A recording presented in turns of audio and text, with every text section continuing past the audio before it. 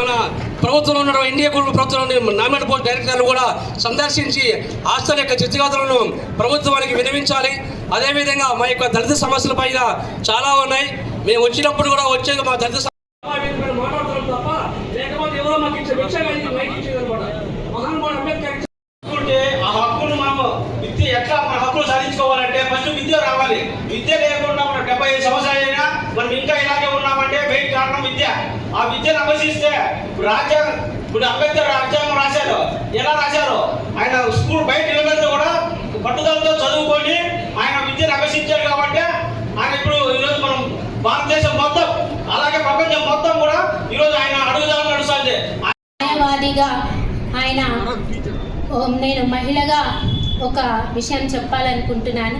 మహిళల కోసమే ఆయన మహిళల అభ్యున్నతి కోసం మరియు భార్యాభర్తలిద్దరూ సమానమే అన్న విషయం ఎన్ని రకాలుగా కష్టపడ్డారు, ఏ రకంగా వాళ్ళు ఇది చేశారు, చదువుకోవడంలో అయితేనేమి వారు ముందుకు వెళ్ళడానికి అయితేనేమి చాలా కష్టాలు ఇది చేసి కులమతాలకు అతీతంగా ఈరోజు బడుగు బలహీన వర్గాలే కాదు మహిళలకి అందరి కోసము ఆ రోజు రాజ్యాంగం నిర్మించి రాజ్యాంగ నిర్మాతగా ఈరోజు భారత రాజ్యాంగ నిర్మాతగా నిలిచిన మన అంబేద్కర్ గారికి ఈరోజు ఒకసారి మేము అందరూ శుభాకాంక్షలు మా అందరూ తెలుసుకోవాల్సిన అవసరం ఎంతైనా ఉందని చెప్పేసి, అదేవిధంగా మనమందరూ కూడా మనుషులుగా చూడలేనప్పుడు ఈ ప్రపంచం, ఈ యొక్క సమాజం మమ్మల్ని ఊరికి దూరంగా నెట్టివేసి అంటరానితనాన్ని అంటగట్టి మూతికి ముట్టికి తాటి చపలి కట్టి ఈ సమాజంలో మనిషిగా చూడలేనటువంటి దౌర్భాగ్యమైనటువంటి వర్గాల్లో జన్మించినటువంటి మహనీయుడు బాబాసాహెబ్ అంబేద్కర్. ఎక్కువ విద్యార్థులు పెద్ద సంఖ్యలో హాజరయ్యారు. అది నిజంగా శుభపరిణామం. ఎందుకంటే డాక్టర్ బిఆర్ అంబేద్కర్ గారు ఆయన ఆశయాలు ఈ కాలంలో ఈ తరానికి కూడా ఆయన కాలంలో ఆయన పడినటువంటి కష్టాలు విపక్ష వాటన్నింటినీ ఎదుర్కొని ఒక గొప్ప స్థాయికి చేరుకుని విద్య ద్వారా ఉన్నత విద్యని అభ్యసించి ఒక గొప్ప స్థాయికి చేరుకుని ఆఖరికి మన భారత రాజ్యాంగాన్ని రచించి మన దేశ భవిష్యత్తుకి ఒక పునాదిని నిర్మించే అటువంటి స్థాయికి ఆయన చేరుకున్నారు. సో అదంతా కూడా నేటి తరము అంటే ఇప్పుడు విద్యార్థులు దాన్ని ఒక స్ఫూర్తి కింద తీసుకోవాలి. గొప్ప కళలు కనాలి. మీరు కూడా పెద్ద అయ్యాక విద్యని అభ్యసించి ఒక గొప్ప స్థానంలో ఉండి ఈరోజు ఇక్కడ ఉన్నటువంటి వారు వేదికపైకి ఎక్కి ఎలాగైతే మనం మాట్లాడుతున్నారు అంబేద్కర్ గారి గురించి, అదే రకంగా మీరు కూడా జీవితంలో ఉన్నత స్థాయికి చేరుకుని ఒక నలుగురికి మీరు మీ సందేశాన్ని పంచే విధంగా మీరు గొప్ప స్థాయికి చేరుకోవాలి అంబేద్కర్ గారి స్ఫూర్తితో అని చెప్పి మనస్ఫూర్తిగా కోరుకుంటున్నాను.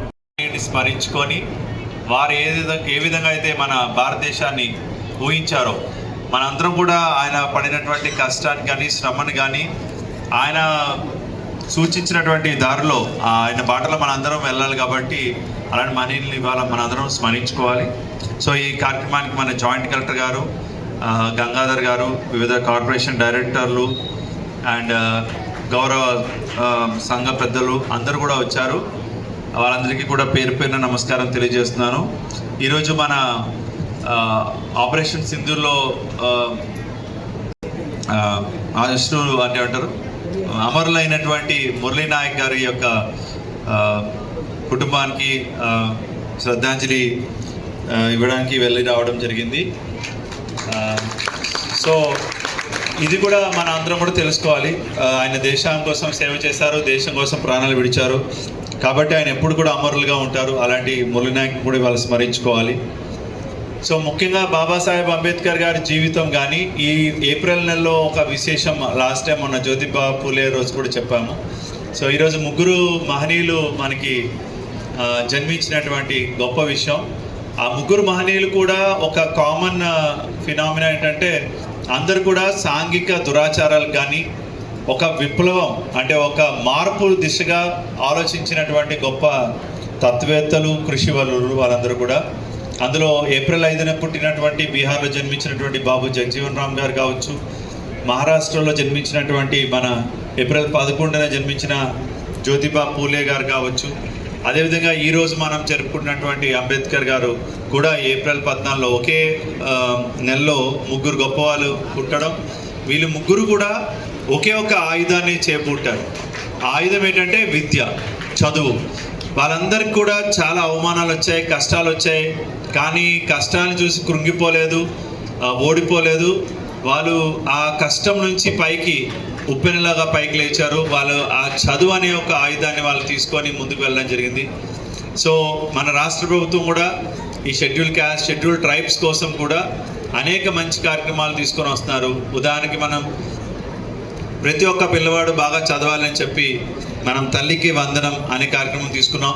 సో అదేవిధంగా మనం స్కూల్లో, హాస్టల్లో పిల్లలకు కూడా మంచి మెను అనేది కూడా ఇవ్వడం జరుగుతుంది. ఇవన్నీ ఎందుకు చేస్తున్నారంటే గవర్నమెంట్ వారు ప్రతి ఒక్కడు, అంటే ఆడపిల్ల కావచ్చు, అబ్బాయి కావచ్చు, ప్రతి ఒక్కరిని తల్లిదండ్రులు చదివించాలి. అంటే చదువు కూడా అందరూ 10th క్లాస్ వరకు చదివి ఆపేస్తున్నారు. సో అది కూడా మనం చేయకూడదు. 6 నుంచి 14 ఏళ్ళ వరకు కూడా మనం ఫ్రీ ఎడ్యుకేషన్ ఇవ్వాలనే ఉద్దేశంతో ఇంటర్మీడియట్లో కూడా మధ్యాహ్న భోజన పథకాన్ని ప్రవేశపెట్టడం జరిగింది రాష్ట్ర ప్రభుత్వం. సో అంబేద్కర్ రాజ్యాంగం స్ఫూర్తిని మనం తీసుకుంటే అందులో మనకి ప్రాథమిక హక్కులు ఉంటాయి.